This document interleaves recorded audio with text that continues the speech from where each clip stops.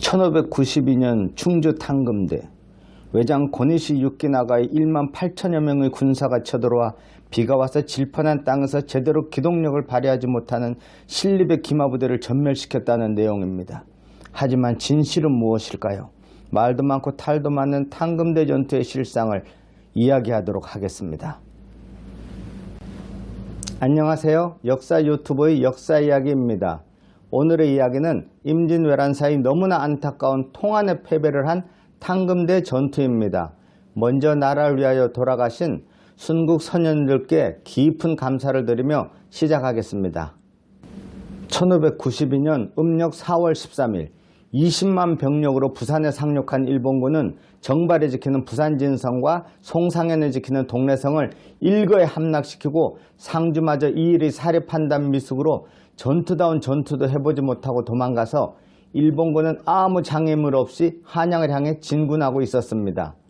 이들의 진격 속도가 너무 빨라서 미처 보급부대가 따라가지 못할 정도였습니다. 이대로 조선은 무너지고 말 것인가?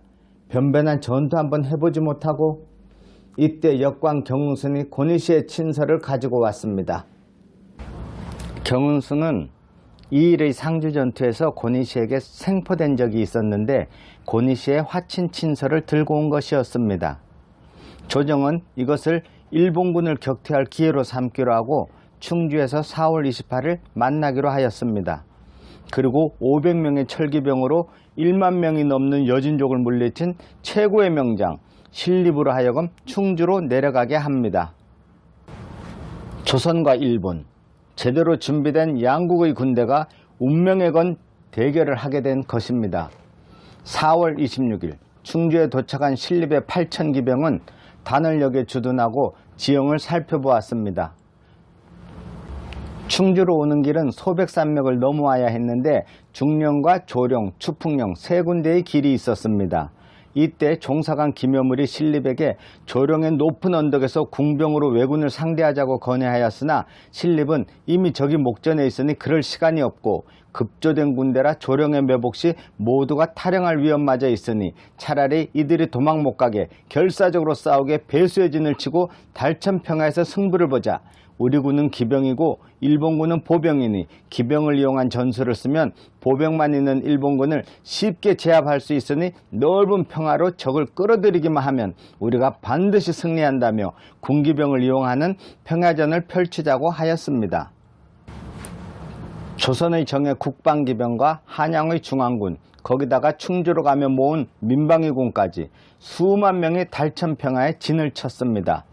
조선과의 화친인 줄 알고 왔던 권희시 부대는 달천평화의 조선군을 보고 놀라고 말았습니다.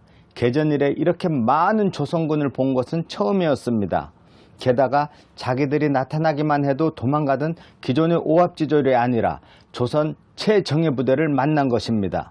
선두의 8,000기마부대는 보기에도 범상치 않았습니다. 그 뒤에는 훈련도 안 된 군졸이나 마구잡이로 모아온 병사들이지만 그것을 그들이 알 리도 없고 숫자만으로도 그 위용이 대단했습니다. 조선과 일본의 운명을 건 한판, 임진왜란 최초로 정예병들끼리 붙은 전투, 427년 전 신립장군과 군사들 그리고 우리의 선조들은 어떻게 나라를 위해 싸웠는지 그날로 돌아가 저 자신 달천평야에서 일본군들과 싸우고 싶습니다. 권희시는 재빨리 시게노부와 요시토시로 하여금 각 3천의 군사를 옆으로 매복시켰습니다. 권희시의 7,000병사를 모두라고 생각한 신립은 반을 지는 형태로 일본군을 포위하면서 1차 기마병으로 공격하였습니다. 이에 권희시의 본진이 뒤로 밀리면서 일본군들의 얼굴에는 동요하는 빛이 또렷했습니다. 그러나 권희시 6기 나가는 전장서 잔뼈가 굵은 장군이었습니다. 그리고 자신의 부대 1만 8,000명은 모두가 천주교 신자였습니다.